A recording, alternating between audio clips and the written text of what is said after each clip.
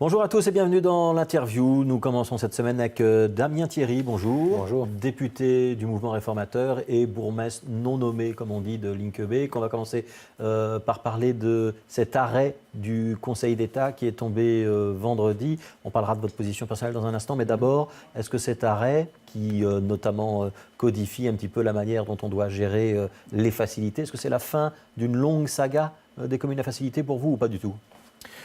Bon, la fin d'une longue saga, je ne pense pas, parce que je pense qu'il faut toujours faire très très attention à l'avenir aussi des communes à facilité. Alors, c'est vrai que toute la problématique de la nomination des bourgmestres est une problématique qui date maintenant de 8 ans, un peu plus.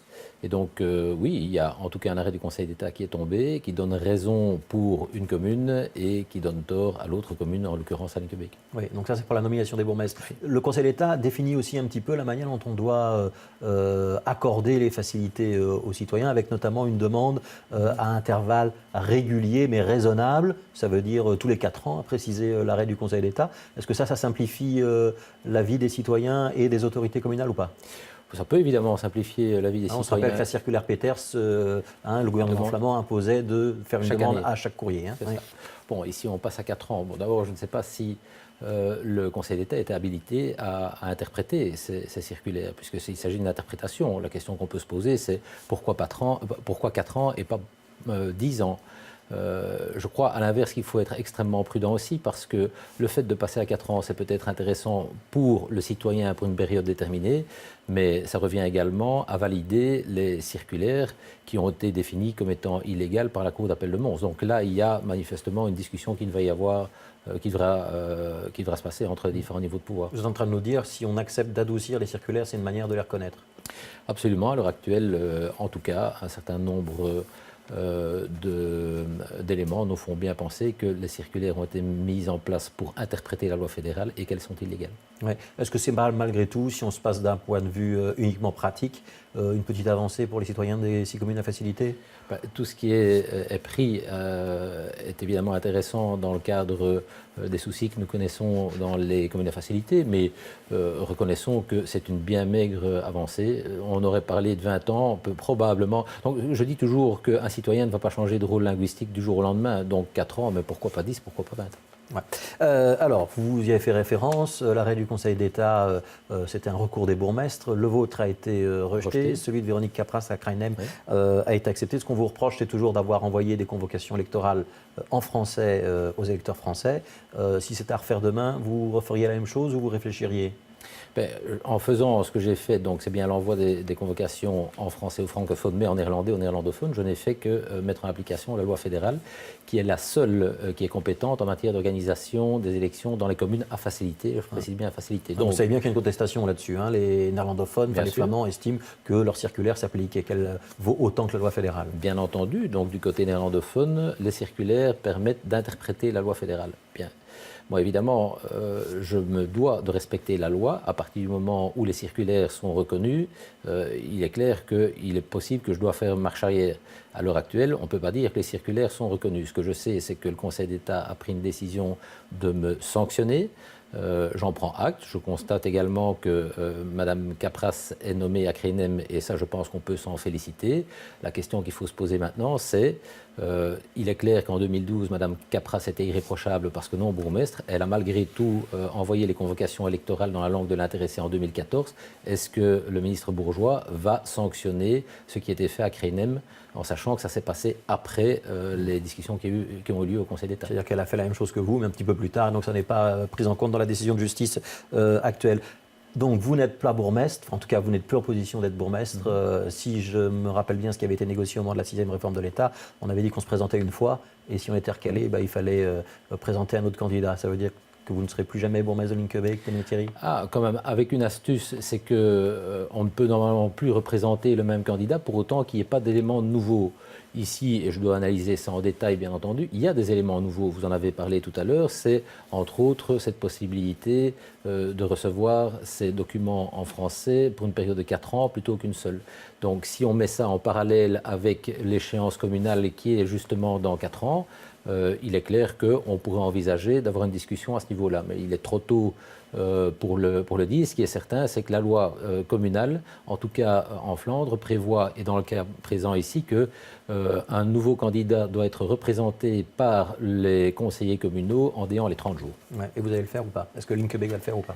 Alors, j'ai prévu ce soir une réunion avec ma majorité communale qui représente 13 conseillers communaux sur 15 et je vais demander d'avoir le soutien, comme je l'ai toujours eu d'ailleurs, à 100% et voir quel est l'avis de cette majorité pour envisager la suite des événements. Ça veut dire que vous envisagez de vous représenter vous-même? Alors, je ne peux pas dire que je le ferai moi-même. Ce qui est certain, c'est qu'il doit y avoir un consensus au sein de ma propre majorité. Et je le dis pourquoi? Parce qu'il y a toute tendance politique francophone démocratique confondue.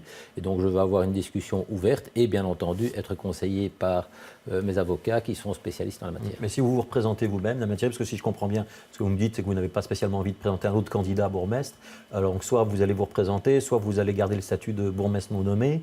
Est-ce que ce n'est pas un petit peu défier l'avis du Conseil d'État et se mettre un petit peu hors jeu? Donc, clairement, l'idée n'est certainement pas de défier le Conseil d'État. Je crois qu'une décision a été prise, un arrêt a été rendu, et donc il y aura lieu de le suivre. Ceci dit, il y a un certain nombre de possibilités parallèles, et c'est ça que je veux explorer comme piste, étudier. Mais encore une fois, ce n'est pas Damien Thierry qui va se représenter, c'est le Conseil communal de Linkebé qui prendra la position par rapport à la présentation de l'un ou de l'autre candidat. Ouais. Quand vous regrettez, comme vous le faites, la décision du Conseil d'État, ou quand vous critiquez cette période de 4 ans en disant qu'on peut s'en féliciter, mais qu'il ne faut pas non plus accepter le principe de valider les facilités, c'est Damien Thierry qui s'exprime ou c'est l'ensemble du mouvement réformateur?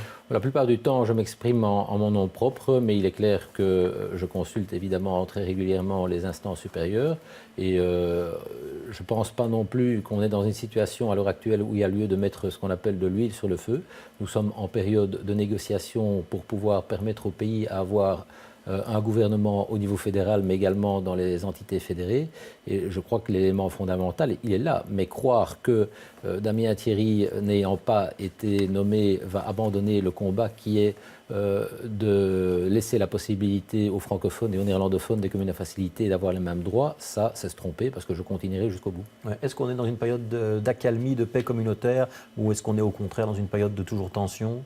Mais si on fait le compte par rapport à ce qui s'est passé depuis la 6e réforme de l'État, on peut dire qu'il y a eu une courte accalmie communautaire. Ici, il y a deux possibilités. Soit on rue dans les brancards sur base de la décision qui a été prise par le Conseil d'État, soit on essaie d'analyser posément la situation. Je suis plutôt partisan de la deuxième solution et très clairement, j'espère enfin pouvoir sous peu rencontrer le ministre Bourgeois.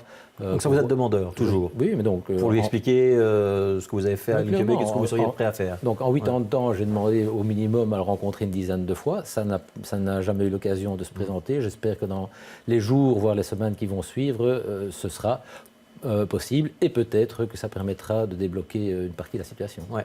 Est-ce que dans le contexte que vous venez de nous décrire, on peut envisager que le mouvement réformateur et la NVA de Bart de Wever et également de Geert Bourgeois se retrouvent un jour dans le même gouvernement, ou est-ce que ça reste compliqué et par exemple l'interprétation des facilités ou la situation des francophones de la périphérie reste une épine dans le dossier? Je pense, comme tout le monde l'aura compris, que la situation est extrêmement délicate et compliquée pour l'instant.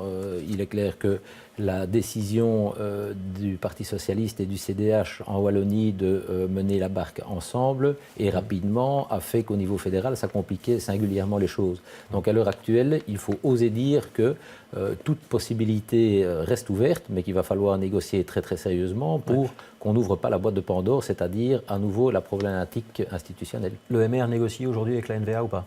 Je pense que tous les partis ont des contacts avec M. De Wever. Je crois que ce qui serait vraiment intéressant, c'est d'avoir son rapport très prochainement pour voir s'il y a une possibilité de fonctionner.